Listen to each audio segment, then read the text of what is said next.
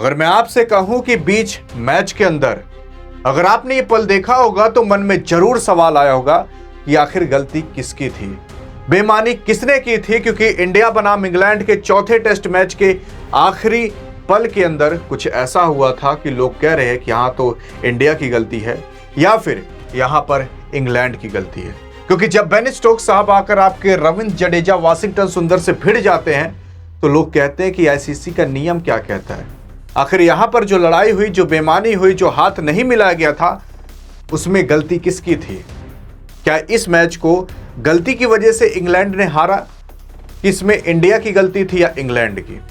क्योंकि यहां पर यह मैच कोई नहीं जीत सकता था, यह पूरी तरीके से तय हो चुका था, न इंडिया न इंग्लैंड। इस मैच को केवल ड्रॉ किया जा सकता था और आपके बेन स्टोक्स साहब आते भी हैं इंडिया के पास हाथ मिलाने के लिए, लेकिन इंडिया तुरंत मना कर देता है। हाथ नहीं मिलाता, मैच आगे चलता है और मैच एट द एंड जाकर ड्रॉ हो जाता और 2-1 से अभी भी सीरीज बराबर है।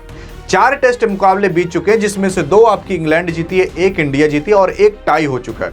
अब 5वां टेस्ट मुकाबला जो ओवल स्टेडियम के अंदर होने वाला, अगर वहां भारत जीतता है तो ये सीरीज भी टाई हो जाएगी, ये सीरीज भी ड्रॉ हो जाएगी, ये सीरीज कोई नहीं जीत पाएगा। लेकिन अगर इंग्लैंड जीत गई तो ये सीरीज इंग्लैंड जीत जाएगी। ये मैच भारत के लिए जीतना बहुत जरूरी था, लेकिन अगर भारत की कंडीशन देख ली जाए, भाई ड्रॉ भी हो गया तो इस ड्रॉ को ही भारत की जीत मान ली जा रही है। मतलब अगर यार इतनी बुरी कंडीशन आ रही है कि हम जीत नहीं सकते, कम से कम ड्रॉ कराएं। चलो खैर ये सब दूसरी बात है, लेकिन अगर हम मैच के बीच में देखें आखिरकार हुआ क्या क्या था, फिर जानेंगे कि बेईमानी क्यों हुई। यहां पर आप देख सकते हो रविंद्र जडेजा साहब आपके केला खा रहे हैं और केला खाने के बाद इधर से बेन स्टोक्स साहब आ रहे हैं, इधर से आपके वाशिंगटन सुंदर साहब पानी पी रहे हैं। लेकिन बेन स्टोक्स साहब आते हैं, बात करते हैं रविंद्र जडेजा से। रविंद्र जडेजा से ये कुछ बात करते हैं, कहते हैं कि यार देख भाई, मैच काफी लंबा खिंच चुका है, इसके बाद अब ना तो तुम लोग आउट होने का नाम ले रहे हो और अगर हम लोग भी आएंगे तो तब तक पूरी तरीके से समय और ओवर खत्म हो जाएगा। आपको हम बता देने की कोशिश कर देते हैं कि एक दिन के अंदर आप बहुत ज्यादा से ज्यादा 90 ओवर करा सकते हो।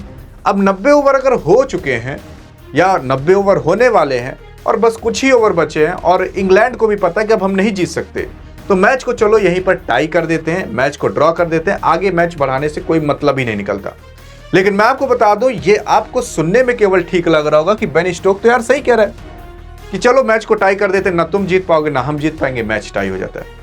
लेकिन मैं आपको बता दूं, यहां पर ये जो आप गोरे कलर का रंग देख रहे हो बेन स्टोक्स का ना, इसके पीछे एक ऐसी काली करतूत छुपी हुई है जिस चीज को ये चाहता था कि भारत के हाथ ना आ पाए। क्योंकि यहां पर आपके जडेजा साहब और वाशिंगटन सुंदर साहब दो के दोनों एक ऐसे मुकाम पर थे कि बस अगर कुछ रन मार दे तो शतक पूरा हो जाएगा।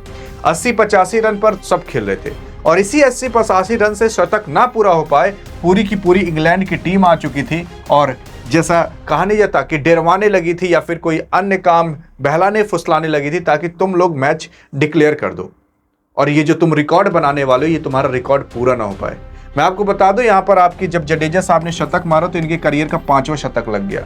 आपके जब वाशिंगटन सुंदर ने साहब ने शतक मारा तो यहां पर उनके भी करियर का टेस्ट का पहला शतक लग गया। 2021 के अंदर डेब्यू किए थे, 2025 के अंदर पहला शतक लगा।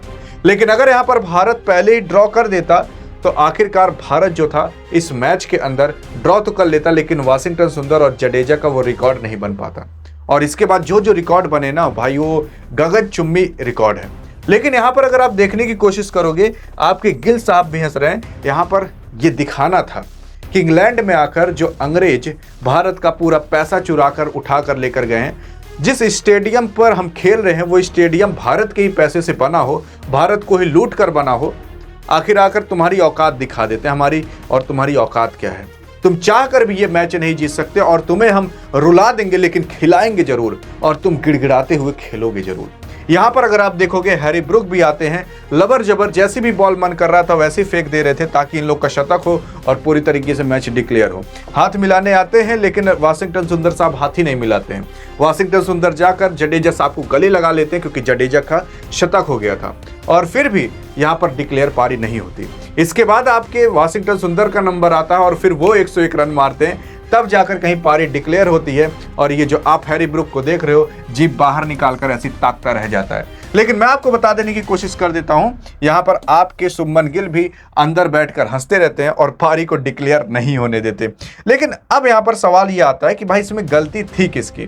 तो इसमें गलती किसी और की नहीं, आपके इंग्लैंड की ही मानी जा रही है। क्योंकि जब ये आपके बेन स्टोक्स साहब आकर कहते हैं रविंद्र जडेजा से ना कि भाई पारी डिक्लेयर कर दे, तो रविंद्र जडेजा का कहना ये रहता है, देख भाई मैं कैप्टन वैप्टन कुछ हूं नहीं, मुझसे तो पूछ मत, मेरे हाथ में कोई पावर नहीं, मैं एज अ प्लेयर काम करता हूं टीम इंडिया के लिए, तो मेरे हाथ में कुछ नहीं है। अगर तुम्हें पारी डिक्लेयर करने को कहना है तो जाकर तुम कप्तान साहब से कहो, कप्तान के हाथ में ये पारी वो होता है पावर कि वो पारी को डिक्लेयर कर सके।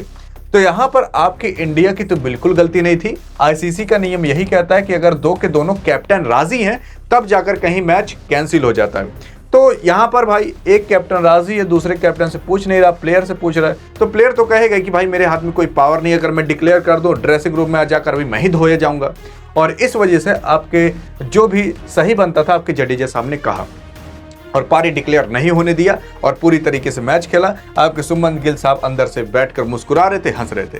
तो यहाँ पर भारत की गलती नहीं, अगर देखा जाए तो इंग्लैंड की ही गलती है, क्योंकि आप जोर जबरदस्ती नहीं कर सकते। लेकिन अब इंग्लैंड की चतुराई देखो, यहाँ पर आपके वॉरियर जडेजा साहब ने इतिहास रच दिया, क्योंकि मैनचेस्टर के अंदर भारतीय प्लेयर द्वारा अभी तक कोई जल्दी इतिहास नहीं रचा गया।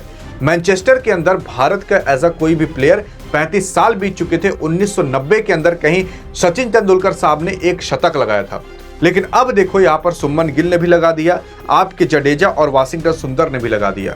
मतलब मैनचेस्टर का जो इतना खौफ बना हुआ था वो खौफ पूरी तरीके से खत्म हो चुका है और यही खौफ बेन स्टोक खत्म नहीं होने देना चाहता था। क्योंकि अगर शतक नहीं लगता तो आगे चलकर फ्यूचर में यही देखा जाता कि भाई यहाँ पर इंडियन ने किसी ने शतक ही नहीं लगाया, एक दो प्लेयर को छोड़ दो। लेकिन अब टोटल 4 प्लेयर हो चुके हैं। और यार बस दुख तो इसी चीज का लग रहा है ना कि यहाँ पर अगर आपके केएल राहुल साहब का शतक हो जाता तो क्या मजा ही आ जाता यार। 90 पर बेचारा आउट हो गया। शुभमन गिल ने भी 130 मारा, 101 नाबाद मारा वाशिंगटन सुंदर ने और 107 नाबाद मारा आपके जड्डू साहब ने। और इसी को लेकर अब पूरी तरीके से मैनचेस्टर का जो भी खौफ था खत्म हो चुका और बेन स्टोक खत्म नहीं होने देना चाहता था। और ये लोग यही चालाकी लगाए कि मैच जीत नहीं सकते तो मैच के रिकॉर्ड भी नहीं बनने देंगे, बेन स्टोक का सोचना था। बाकी भारत ने पूरी तरीके से रिकॉर्ड भी तोड़ दिए और मैच को भी टाई कर दिया और जो इनका गुरूर था मैनचेस्टर के अंदर वो भी मिट्टी में मिलाकर दफन कर दिया। बाकी आपको क्या लगता है कि भारत ने सही किया कि गलत किया, उनकी औकात याद दिलाकर बताइएगा जरूर। लेकिन अधिक जानकारी चाहिए कि भाई यहाँ पर शतक लगाकर कौन कौन से रिकॉर्ड जड़े गए हैं इन सब के द्वारा, तो बगल में क्लिक करके देख सकते हो। बाकी मिलेंगे इस वीडियो के अंदर, तब तक के लिए जय हिंद और जय भारत।